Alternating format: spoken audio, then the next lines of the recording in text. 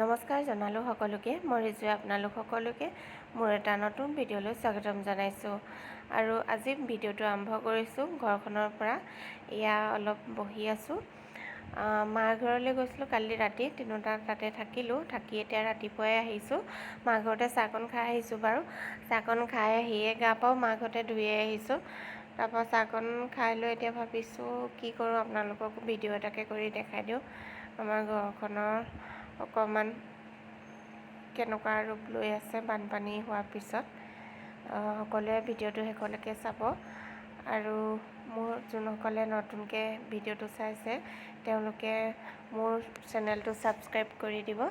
আৰু এয়া দেখিছে নহয়, আগফালে এখন জেৰেঙা পথাৰ পানী হৈ আছে। এইবোৰতো পানী হৈছিলে। আমাৰ ঘৰৰ বেক চাইডেও পথাৰ আছে, তাতো বাৰু পানী হৈয়ে আছে এতিয়াও। পিছফালেতো চোতালৰ পৰা পানী ওলোৱাই নাই। এয়া হৈছে আগফালৰ চোতালখন। চোতালৰ পৰা ওলালে বাৰু, হ'লেও পানী ক'ৰবাত ক'ৰবাত জমা হৈ আছে। ছাইডত কিমান ধুনীয়াকৈ ফুলবোৰ ৰুইছিলোঁ, নাই, সকলোবোৰ মৰি গ'ল। পানী পাই মানে সকলোবোৰ মৰি থাকিলে। তাৰপৰা এনেদৰে ভিতৰলৈ যাবলৈ মানে ইটা দি থোৱা হৈছে। আৰু সেইফালে যে পূৰা বোকাই হৈ আছে। তাৰপিছতে এই যে দেখিছে চিনটেক্সটো, তাতে মানে বৰষুণৰ পানী ধৰি ৰখা হয়। ওপৰৰ পৰা মানে ফিল্টাৰৰ চিনটেক্সকেইটা নমাই দিলে, নহ'লেতো কাৰেণ্ট নাই, পানীও নাছিলে। সেইকাৰণে বৰষুণ দিলে মানে চিনটেক্স পাতি এনেকৈ পানী ধৰিছিলে আৰু মাহঁতে। মানুহজনে এইবোৰ কৰি থৈ গৈছিলেহি ঘৰত। তাৰপিছতে আমি দুইজনে ৰুমকেইটা চফা কৰিবলৈ লাগি গৈছোঁ। আৰু আজি যিহেতু আমি ভাড়া ঘৰলৈ যাবগৈও লাগিব, সেইকাৰণে দুয়োটাই ভাবিলোঁ নহয় অলপ অলপকৈ কামবোৰ কৰি থৈ যাওঁ। আৰু এয়া চফা কৰাৰ পিছত পকাটো মানে অকণমান খহটা টাইপ হৈ গ'ল আৰু ফাটিছেও পকাবোৰ। আৰু এতিয়া আমি ওলাই মেলি ৰেডি হ'লোঁ যাবলৈ। আৰু এদিনৰ কাৰণে আহিছিলোঁ, কাৰণ ছোৱালীজনী স্কুলো আছে। বানপানীৰ কাৰণে ঘৰ মানে সোমোৱাৰ পিছৰ পৰা ঘৰটো দেখাই নাই। চোফাৰ টোফাৰ তেনেকৈ ওপৰতে উঠি আছে, ঠিকনা নাই পানী কেতিয়া আকৌ গুচি আহে, সেইকাৰণে নমোৱা হোৱা নাই। তাৰপিছতে আমি আহিলোঁ।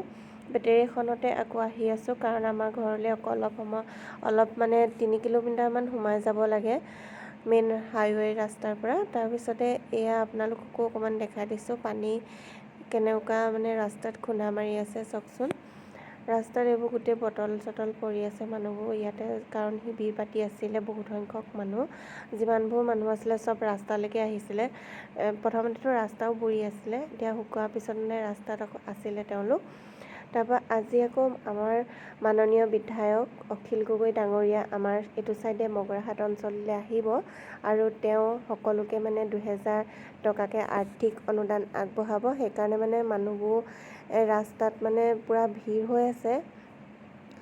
ৰাস্তা ভিৰডোখৰ ভিডিঅ' কৰা নহ'ল, আৰু মানুহৰ আগত লাজো লাগে মানে ভিডিঅ' কৰি বুলিব, এজনীয়ে ভিডিঅ' কৰি গৈছে বুলি ক'ব নহয়, সেইকাৰণে দেখুওৱা নহ'ল। আৰু ঠায়ে ঠায়ে অকণমান কৰি আহিছোঁ। মানুহবোৰ মানে শিবিৰত নাই আজি, ক'ৰবাত মানে মানুহ চববোৰ মানে ৰখি আছে, কাৰণ যিহেতু আমাৰ মাননীয় বিধায়ক ডাঙৰীয়া আহিব, যিহেতু সকলোকে 2000 টকাকৈ এটা অনুদান আগবঢ়াব বুলি কৈছে, সেইকাৰণে মানে সকলো মানুহ ৰৈ আছে ৰাস্তাত। তাৰপিছতে আমি আহি আছোঁ। আৰু এইটো চাইডেও আপোনালোকক অকণমান দেখাই দিছোঁ। চাওকচোন মানুহবোৰ কেনেদৰে গাড়ী চাড়ী ৰাখিছে।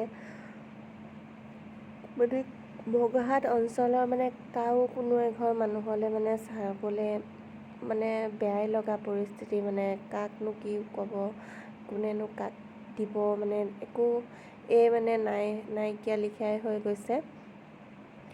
আৰু আমাৰ এইটো চাইডে কোনোদিনে বানপানী হোৱাও নাছিল। আমি সৰুৰ পৰাতো দেখাই নাই। আমাৰ মাহঁতেতো বহুত দিন দেখাই নাই বুলি কৈছে এনেকুৱা পানী হোৱা, এইবাৰ প্ৰথম হৈছে। তাৰপিছতে আমি আহি আছোঁ। দেখিছে নহয় মানুহবোৰ ঠায়ে ঠায়ে কেনেকৈ ৰৈ আছে। আৰু তাতে যিহেতু ইমান চোকা ৰ'দ দিছে, মানুহবোৰ শিবিৰত থাকিবলৈও মানে দিগদাৰ হৈছে। পকা ৰাস্তা, গৰমত থাকিব পৰা নাই। আৰু চাওকচোন, কিছুমানতো যে ৰাস্তা অকণমানহে গৈছে, পানী একদম ৰাস্তাৰ দাঁতিতে লাগিয়ে আছে।